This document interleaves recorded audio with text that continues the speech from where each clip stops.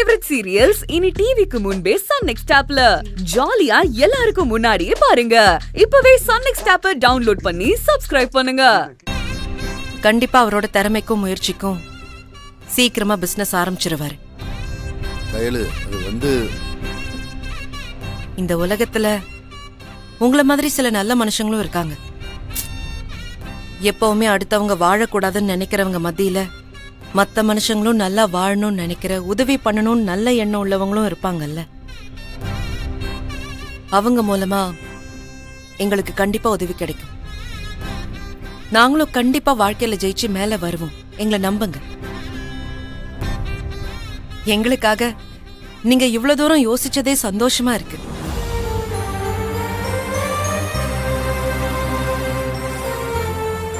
நாங்க கஷ்டப்படும் போது ஆறுதல் சொல்றதுக்கும் எங்களால முடியும்னு சொல்லி உத்வேகப்படுத்துறதுக்கும் நீங்க இருக்கீங்கல்ல பெரியப்பா, அது போதும். இந்த பணத்தை விட அதுதான் எங்களுக்கு ரொம்ப முக்கியம். நீ என்னென்னமோ சொல்றமா, ஆனா இதுக்கு மேல என்ன சொல்றதுன்னே தெரியலமா. நீ சொன்ன மாதிரி நீங்க 2 பேர் மட்டும் இல்ல, இந்த குடும்பமே வாழ்க்கையில முன்னேறி நல்ல நிலைமைக்கு வரணுமா. அது நடந்தா எனக்கு ரொம்ப சந்தோஷமா.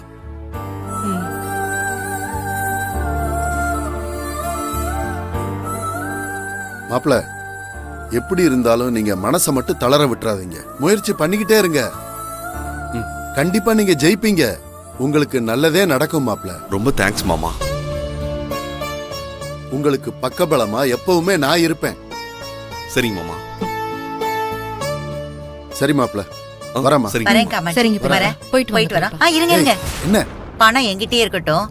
போற வழியில இவங்கள மாதிரி யாராவது கஷ்டப்படுறாங்க கேட்டா பணத்தை தூக்கி கொடுத்துருவீங்க. வாங்க போலாம்.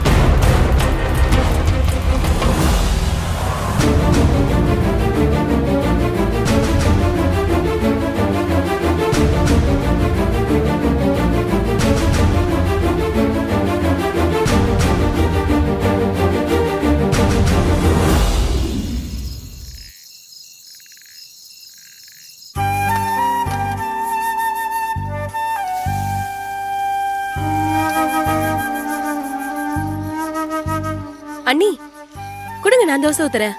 பரவாயில்ல, நான் பாத்துக்கிறேன். கையல், நீ போய் மாப்பிள்ள கூட இரு. அவரை தனியா விடாத. லோன் கிடைக்கலன்னு அதை பத்தி யோசிச்சு மனசு போட்டு குழப்பிக்கிட்டு அவர் நிம்மதி இல்லாம இருக்க போறாரு. ஆமா அண்ணி, அண்ணன் முகமே சரியில்லை. அத்தை சொல்ற மாதிரி அவர் அதையே நினைச்சு ஃபீல் பண்ணிட்டு தான் இருக்காரு. பாருங்க, ரூம் விட்டு கூட இன்னும் வெளியே வரல. ஆமா கையல், மாப்பிள்ளை இந்த நிலைமையில பார்க்கவே சங்கடமா இருக்கு. ஏந்தா அந்த கடவுள் இப்படி மாப்பிள்ளைய சோதிக்கிறான்னே தெரியல. மனுஷங்க பண்ற தப்புக்கு கடவுளை குறை சொல்லி என்ன பண்ண முடியும்? நீங்க கவலைப்படாதீங்க அண்ணி, சீக்கிரமே அவர் பிசினஸ் ஆரம்பிக்கிறதுக்கு லோன் கிடைக்கும். நானும் அதை தான் சொல்லிட்டு இருக்கேன். நடக்கும்னு நம்புறேன். பாப்போம். சரி, நீங்க போய் அண்ணன் கூட இருங்க. நான் தோசை சுட்டு இல்ல, நான் பண்றேன். அண்ணி. சரி, பாத்துக்கோ. கயல், மூர்த்தி வந்துட்டியா? ஹோட்டல் வேலையெல்லாம் முடிஞ்சுதா? வேலை முடிஞ்சது கயல். அப்புறம் அம்மா டிஃபன் ரெடி பண்ணிட்டு இருக்காங்க. 2 பேரும் ஃப்ரெஷ் ஆயிட்டு வந்து சாப்பிடுங்க. கயல், ஏன் ஒரு மாதிரியா இருக்க? ஒண்ணும் இல்ல மூர்த்தி, நான் எப்பவும் போலதான் இருக்கேன். கயல், மாப்பிள்ள லோன் விஷயமா பேங்க்குக்கு போனாரு, என்னாச்சு? இல்ல, அது லோன் கேன்சல் ஆயிடுச்சு. கயல், என்ன சொல்ற கயல்? கயல், டாக்குமெண்ட்ல எரர்னு சொல்லி லோன் கொடுக்க மாட்டேன்னு சொல்லிட்டாங்க. என்ன கயல், அதான் எல்லா டாக்குமெண்ட்டும் கரெக்டா ஷூரிட்டி சைன் போட்டா லோன் கிடைச்சிருந்தா பெரியப்பா கூட்டு போனாரு. ஏய், போகும்போது கூட ரொம்ப நம்பிக்கையா தானே சொல்லிட்டு போனாரு. அதுக்குள்ள என்னாச்சு? யார் பேசியும் எதுவும் நடக்கல. கயல், மாப்பிள்ள ரொம்ப நம்பிக்கையா இருந்தாரு, இப்படி ஆயி போச்சு. சரி, அவரு இப்ப ஓகேவா? இந்த விஷயத்துல கொஞ்சம் அப்செட்டா இருக்காரு. லோன் கிடைச்சு பிசினஸ் ஸ்டார்ட் பண்ணலான்னு ரொம்ப நம்பிக்கையோட இருந்தாரு. திடீர்னு அது இல்லைன்னு சொன்னதும் ஏத்துக்க முடியல. கையில் நான் வேணா அவர்கிட்ட இல்ல மூர்த்தி பரவாயில்ல. திரும்ப திரும்ப இந்த விஷயத்த பத்தி பேச வேண்டாம். இத கொஞ்சம் அப்படியே விட்டுருவோம். நார்மல் ஆயிடுவாரு. என்ன கொஞ்சம் டைம் எடுக்கும். மத்தபடி ஒரு பிரச்சனையும் இல்ல. கையில் இந்த மாப்பிள்ளை கொடு. ஆனந்தி, டிஃபன் ரெடியா இருக்கு, சாப்பிடவா. நீ இதை வச்சுட்டு வா தேவி, சாப்பிடலாம். ஏதோ சரி, முடிச்சிட்டு வந்து சீக்கிரம் சாப்பிடுறேன். மடிச்சு வச்சுட்டு வரேம்மா. அம்மா ஒரு நிமிஷம் இருங்கம்மா. என்ன கொஞ்சம் இப்படி வாயேன். வாமா.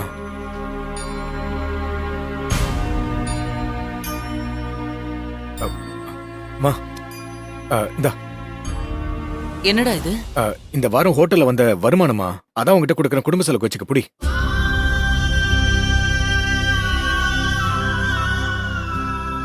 என்னம்மா?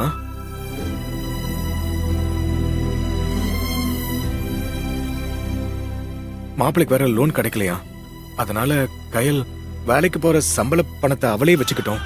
அன்பு கிட்ட கேட்டு தேவையில்லாம எந்த பிரச்சனையும் வேண்டாம். அப்புறம் தேவி கூட நல்ல சம்பளத்துல வேலை கிடைச்சிருச்சுன்னு போன் பண்ணி சொன்னா, அவ வாங்குற சம்பளத்தை அவளே வச்சுக்கிட்டுமா. மத்தபடி குடும்ப செலவை நான் பாத்துக்கிறேமா.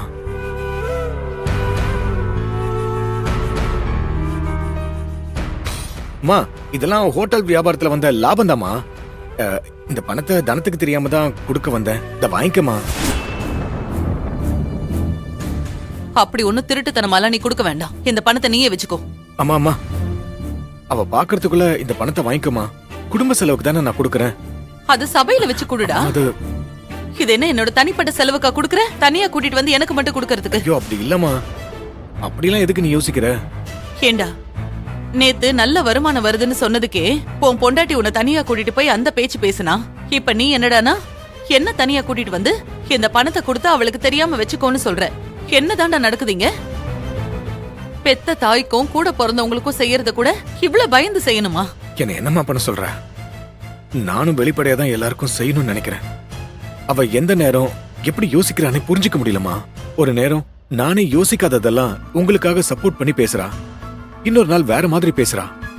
அவளை என்னால கணிக்கவே முடியலமா. அம்மா, உன் வருத்தம் எனக்கு புரியுதுமா. பெத்த அம்மா கிட்ட உள்ள சம்பளத்தை மறைச்சு கொடுக்க வேண்டியதா ஆயிடுச்சு. மன்னிச்சிடுமா. தயவு செஞ்சு இந்த பணத்தை மட்டும் வாங்கிக்கமா. இத நீ முதல்ல புடிமா, புடி.